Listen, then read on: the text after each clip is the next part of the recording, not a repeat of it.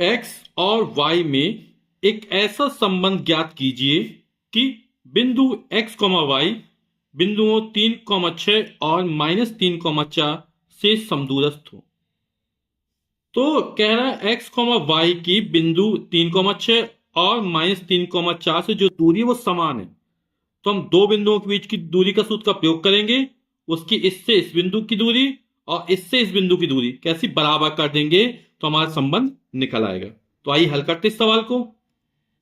तो बिंदु x, y की बिंदु 3,6 से दूरी और दो बिंदुओं के बीच की दूरी का सूत्र प्रयोग कर देंगे। तो d बराबर हो जाएगा under root x2 minus x1 का whole of square plus y2 minus y1 का होल ऑफ स्क्वायर। अब ये जो पहला बिंदु ये x1 हो जाएगा, ये y1 हो जाएगा, ये वाला बिंदु x2 हो जाएगा, ये y2 हो जाएगा। इसको हम दूरी को d1 मान लेते हैं। तो मान रख देते हैं x2 का मान 3, माइनस था माइनस लगाया, x1 का मान x हो जाएगा whole of square plus y2 का मान 6, माइनस था माइनस लगाया, y1 का मान y का होल ऑफ स्क्वायर।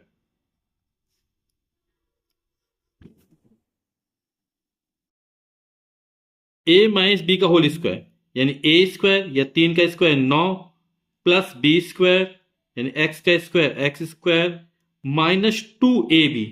तो 2 और 3 6 हो जाएगा गुणा x तो 6x हो जाएगा। a माइनस बी के होल स्क्वायर सूत्र प्रयोग कर दिया, इसी तरह इसमें भी प्रयोग कर देंगे।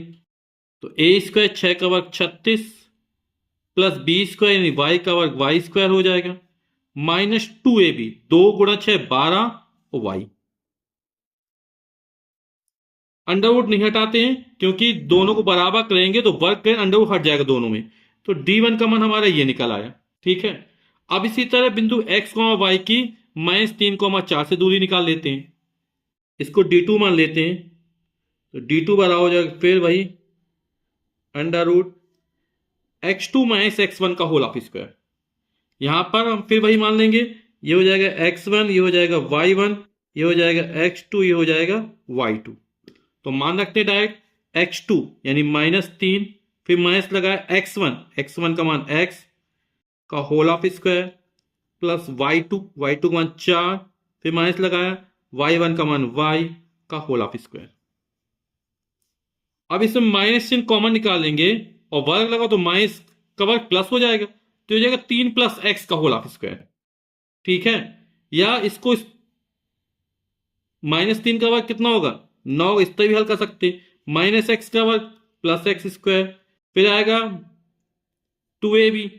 तो a का मान माइनस, इसका माइनस माइनस प्लस हो जाएगा, 3 दूनी 6x हो जाएगा। ठीक है, आप करके देख सकते हैं। फिर a माइनस बी का होल स्क्वायर सूत्र लगा देंगे इसमें। तो 4 का वर्ग 16 हो जाएगा, y का वर्ग y स्क्वायर हो जाएगा माइनस 2ab, 2 चौके 8 y। अब हमसे क्या कह रहा था कि एक्स वाई जो बिंदु है वो इन बिंदुओं से समदूरस्थ है, यानी जो d1 और d2 दो जो दूरी हमने निकाली है वो आपस में कैसी है, बराबर है। तो बराबर कर देंगे तो हमारा संबंध निकल आएगा। तो d1 और d2 को मान रख देते हैं।